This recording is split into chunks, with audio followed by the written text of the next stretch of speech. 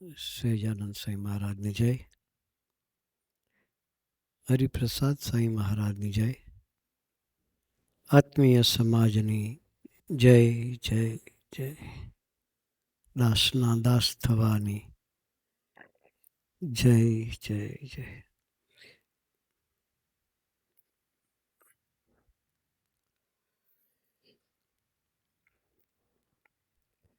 દીકરાઓએ સરસ ભક્તિ નૃત્યનું દર્શન આપણને કરાયું.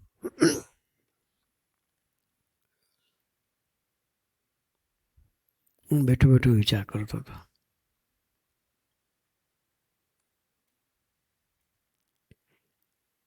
ઘણા આવે છે ઇન્ડિયાથી ભણવા માટે. ઇન્ડિયાથી ઘણા દીકરાઓ ભણવા માટે આવે છે. એનું ફ્રીડમ જોઈએ એટલે ખોવાઈ જાય છે. શું થાય? ખોવાઈ જાય. સમજી ગયા? ખોવાઈ જવા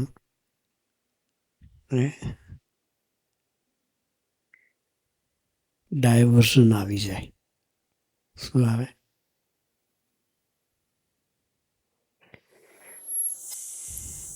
જે કરવાયા છે એ ધ્યેય ચૂકી જાય,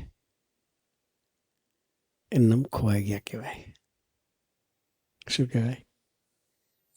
કરવા આવ્યા છીએ એનું ધ્યેય ચૂકાઈ જાય, એમ ખોવાઈ ગયા કહેવાય. આવે છે શાના માટે? સારું સ્ટડી કરી સેટ થવા માટે.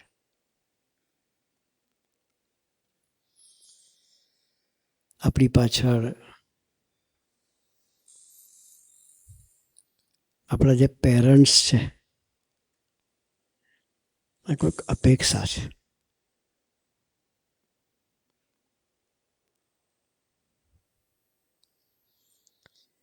એને આપણને મોકલ્યા છે. ઘણા પેરેન્ટ્સની આર્થિક પરિસ્થિતિ પણ ન હોય. દેવું કરીને, ઘર જમીન વેચીને, લોન લઈને પણ આપણને મોકલે છે. એની પાછળની એને કોઈ આશા છે. મારો દીકરો સરસ ભણે, સારું કેરિયર કરે અને સેટ થાય અને અમને બોલાવે. અમે પણ સુખના દાડા જોઈએ. દરેક મા બાપને એમના દીકરા દીકરી પાસે અપેક્ષા હોય.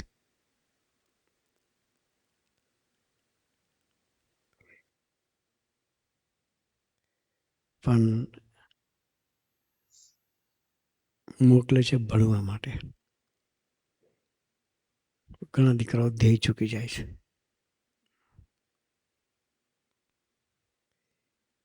શું કરવું છે એ ભૂલી જાય છે. એટલે ડાયવર્ઝન આવી જાય, લપસી જાય. શું કહેવાય?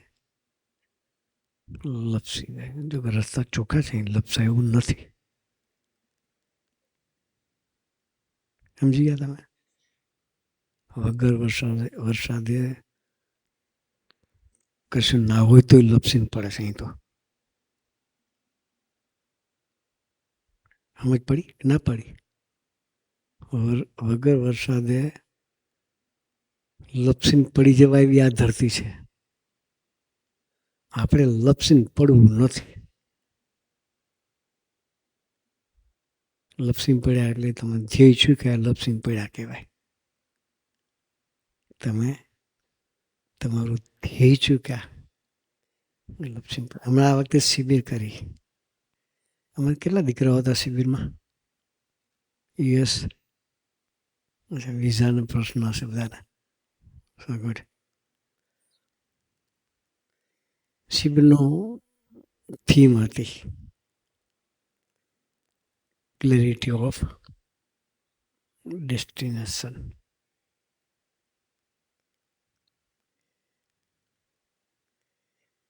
ધ્યેયની ક્લિયરિટી, શું કરવા આવ્યા છે ને શું થાય છે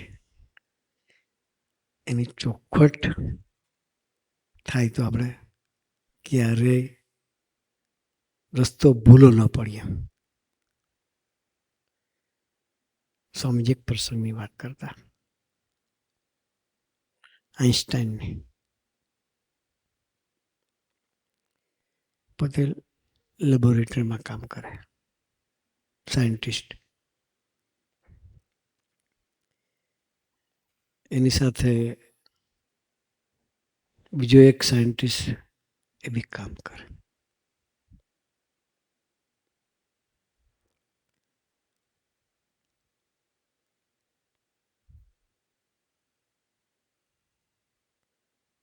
જે બીજો સાયન્ટિસ્ટ હતો એને સમજાવે કે આપણે આમ કરવાનું છે, આમ કરવાનું છે, આમ કરવાનું છે, આમ કરવાનું. પણ છતાં કરી શકે નહીં. એટલે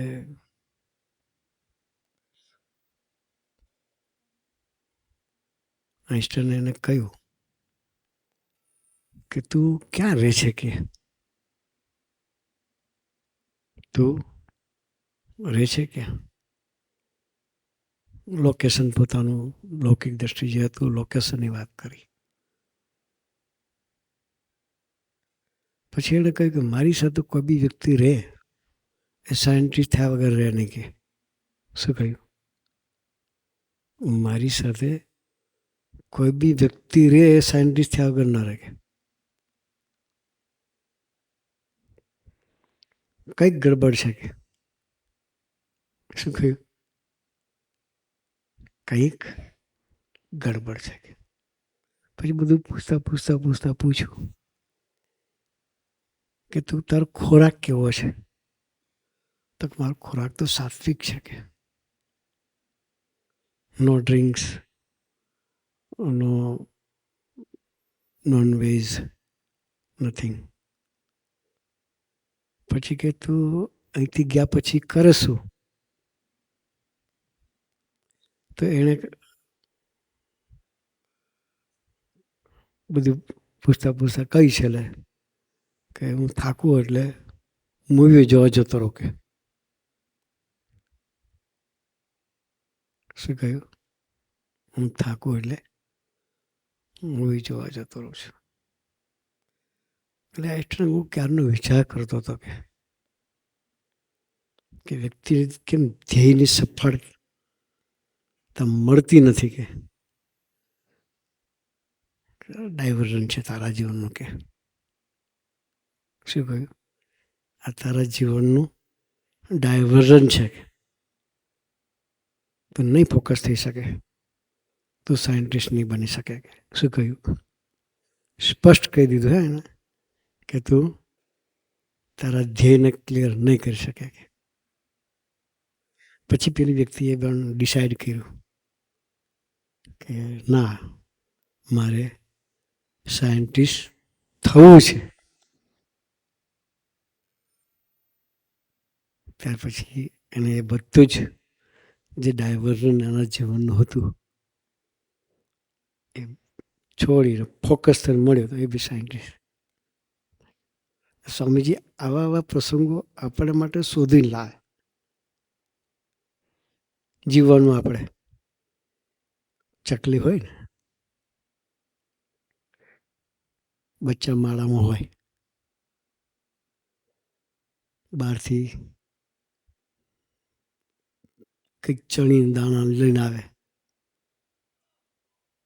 એના બચ્ચાના મોઢામાં મૂકે. બચ્ચાએ કોઈ મહેનત કરવાની હોતી નથી.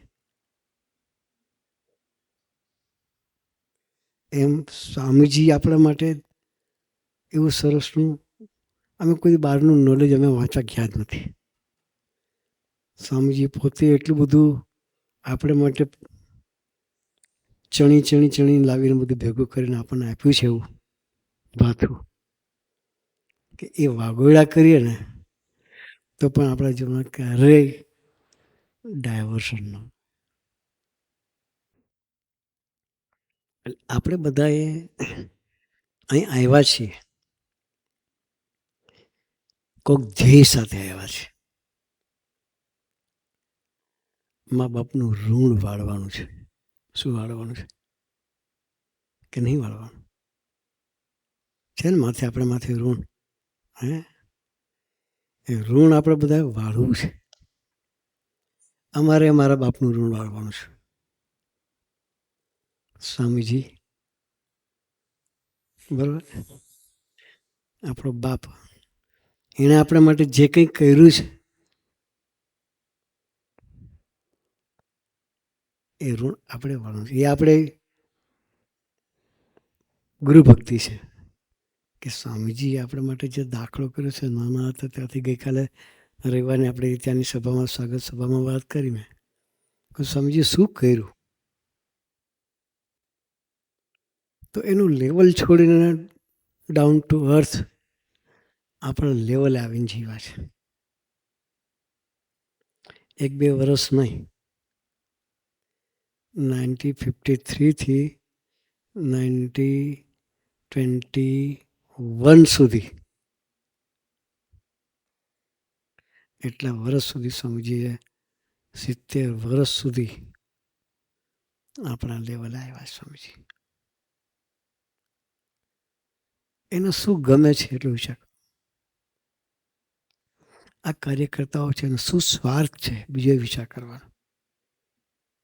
આ સ્વરૂપી બે આપણને ગોષ્ઠી કરતા હતા.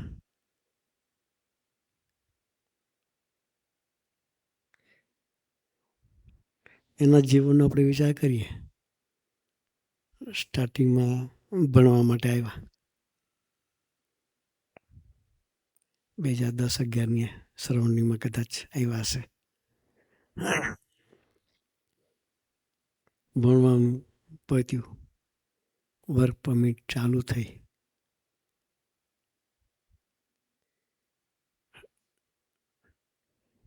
સ્ટ્રગલ બધાને આવવાની, સ્ટ્રગલ દરેકને આવવાની, પણ ત્યાં મોરલ જોઈએ. શું છે? એ છોકરાને છેલ્લે વર્ક પરમિટ પૂરી થવાના દિવસો આવ્યા. પીઆરનું કોઈ સ્ટેટસ નહીં. રિમોટ યલો નાઇફ કયું ક્યાં આવ્યું સર્ચ કરજો. હા કે તમે ક્યાં આવ્યું એ સર્ચ કરજો. તે ત્યાં સુધી મૂવ થવું પડ્યું. અહીંયા સરસના ગ્રુપમાં રહેતા હોય, આટલું સરસનું ગ્રુપ હોય, એની વચ્ચે રહેવાનું હોય, એમાંથી એકલા છૂટા પડવાનું થાય તો શું થાય? માનસિક પરિસ્થિતિ કેવી વિચાર કરજો. પોતાની માનસિક પરિસ્થિતિ કેવી હોય. પણ એક સંતો સાથેનો પ્રેમ હતો, હેત હતો. તો બધું છોડીને યોલોને પૂછી ગયા.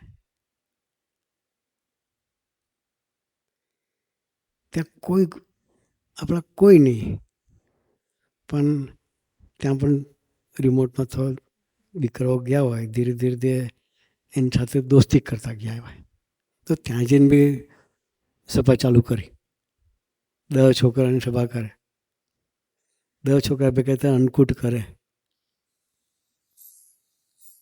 ગીવઅપ નથી કર્યું. એને આપણા જેવનો આદર્શ કહેવાય. સર્વનમનભાઈ છે,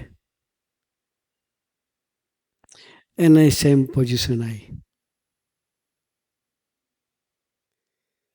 એને પેલો કોઈ સફેદ ઘોડો કહે, વ્હાઇટ હોર્સ,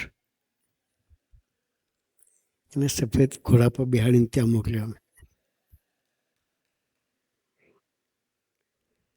પેલા અહીં લંડન હતા, વ્હાઇટ હોર્સ પણ બોલતા ના આવડે એટલે ગુજરાતી દેશી માણસો ને એટલે હે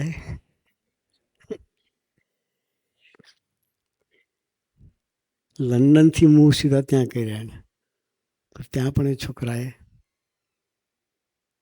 સ્વામીજીના બળે, કોના બળે? બંને દીકરાઓ આદર્શ એટલા માટે છે કે એને સ્વામીજીનું બળ લીધું.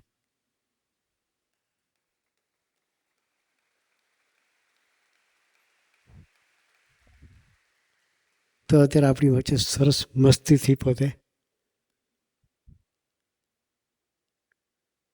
સ્વામી તરફની યાત્રા કેમ કરવી એનું સરસ આપણને ગાઈડન્સ આપી શકે છે. એટલે સ્ટ્રગલ રહેવાની છે. અમે સાધુ હોય તો રહે કેવું, પણ આપણે બધા ભાગ્યશાળી છીએ, નસીબદાર છીએ કે દરેક વ્યક્તિ પોતાના અનુભવમાંથી પસાર થઈ ને આપણને એવો સરસ માર્ગદર્શન આપે છે કે ભગવાનનું બળ શું કામ કરે છે આપણા જીવનમાં. ભગવાનનું બળ શું કામ કરે છે. આપણે લે કે આપણે એકલા છીએ, આપણું કોઈ નથી, પરિવાર બધો ઇન્ડિયામાં છે, મારું કોણ? ખરેખર આમ જોતે એકલા છીએ લૌકિક દ્રષ્ટિએ તો, પણ આપણે એકલા નથી હો. આપણી સાથે સ્વામીજી છે.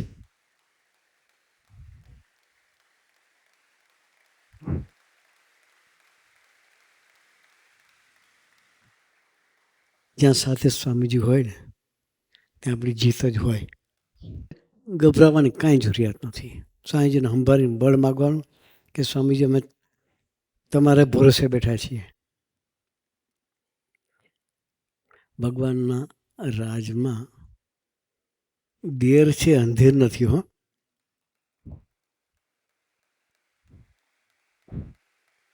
શું છે?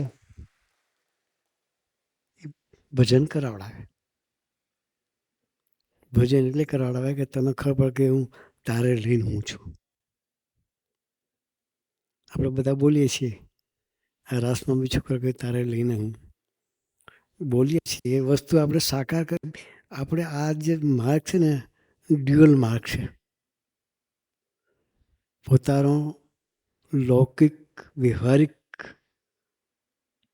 ક્લેરિટી પણ મળશે, પછી ભગવાન તરફની યાત્રા બી એની ક્લેરિટી મળશે.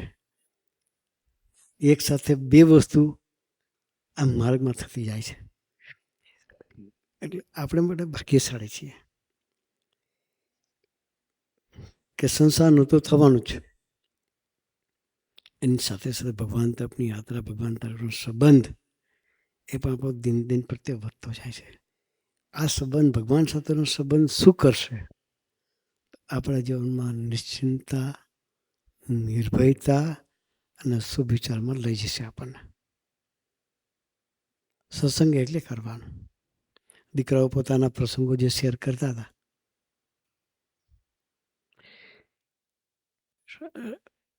તકલીફ તો બધાને હતી, પણ એક વિશ્વાસથી બેઠા તો અત્યારે દરેક વ્યક્તિ પોતાના અનુભવથી કહી શકે છે કે અમે નિશ્ચિંતતાથી અત્યારે જીવીએ છીએ. કઈ રીતે? આપણા જીવનમાં 3 વસ્તુ આપણે સાકાર કરવી છે: નિશ્ચિંતતા, નિર્ભયતા અને શુભ વિચાર. આ 3 વસ્તુને આપણે સાકાર કરી મેળવવું છે. બજારમાં વસ્તુ મળતી નથી. બજારમાં કોઈ જગ્યાએ આ વસ્તુ મળતી નથી, મળવાની નથી. હોતસો જ નહીં. કોઈ માર્કેટ નથી, કોઈ એવી મેડિસિન નથી કે ખાવાથી તમે નિશ્ચિંતતાથી જીવી શકો. જે નિશ્ચિંતતા જેની પાસે હોય ને, જેની દુકાનમાં જે માલ હોય ને એ દુકાનમાં જઈને માગીએ તો એ માલ ત્યાં મળે.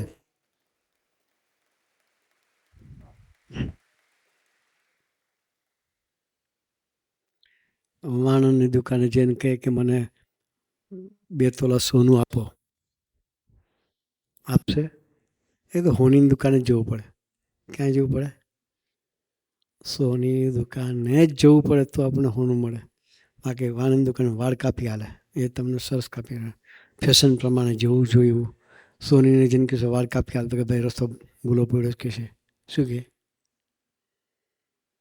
એટલે જ્યાં જે વસ્તુ મળતી હોય ત્યાં આપણે જવું પડે. તો નિશ્ચિંતતા, નિર્ભયતા અને શુભ વિચાર એ એમની ધ્યાન છે. કોની છે? એમની ધ્યાન છે. એમના થઈને રહીએ તે બધું આપવા તૈયાર છે. જગતનું સુખ બી સાથે છે અને ભગવાનનું સુખ બી મળતું રહે. આવી સરસની ઓપોર્ચ્યુનિટી સાથે આવો સરસનો સત્સંગ આપણને મળ્યો છે. અને દરેક વ્યક્તિને એવા અનુભવ છે. સ્વામીજીએ જેનું જેનું કાંડું પકડ્યું છે એને સ્વામીજીએ નિશ્ચિંત કરી દીધા છે. તો આપણે એ સરસની ગોદ મળી છે, આવા સરસના કાર્યકર્તાઓ છે. ત્યાંથી દાખલો કરીને ઠેઠથી આવે છે. દર અઠવાડિયે એક વખત અહીંયા આવવાનું. આપણે દર વખતે મંદિરે જવાનું થાય તો આપણે વિચાર કરીએ નીકળાય. ઘેર બેઠા ગંગા કહેવાય. તો શું કહેવાય? ઘેર બેઠા ગંગા કહેવાય. એ દાખલો કરીને આવે છે. એનો શું સ્વાર્થ? કોઈ સ્વાર્થ નથી. સર્વોપરી ભાઈને કોઈ સ્વાર્થ નથી. અહીંયા આપણે શું નામ દેવાશીષભાઈ છે, પાર્થભાઈ આવે છે. કોઈને સ્વાર્થ નથી. એ બધાને એક જ છે કે ભાઈ અમે સ્વામીના ગોદમાં રહી નિશ્ચિંતાથી જીવન જીવતા થયા છીએ. તો આવી નિશ્ચિંતાથી બધા જીવતા થાય એ ભાવનાથી, એક સેવાની ભાવનાથી એ લોકો આવે છે. તો એની સાથે બીજું સરસના સંતોની ગોદ છે આપણને. સરસ્વતી મા જેવા સાધુ. હા, સરસ્વતી મા જેવા સાધુ છે. એની ગોદ છે આપણને. ને ભણેલા જ ભાઈ એમ સરસ્વતી સ્વામી. મારી જેમ થમ્સઅપ વાળા નથી. પહેલાંના જમાના છે, અત્યારે ફિંગરપ્રિન્ટ આવી ગઈ છે. ઇન્ડિયામાં તો વર્ષોથી ચાલે ફિંગરપ્રિન્ટ. હા કે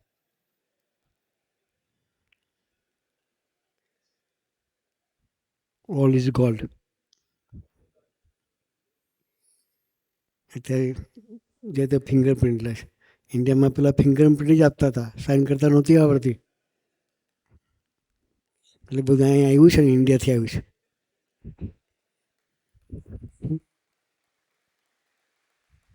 આ બધા સંતો ભણેલા છે. સુરત સ્વામી સાધુ થયા 78માં. કઈ સાલમાં? કેટલા વર્ષ થયા? 45 વર્ષ થયા ને.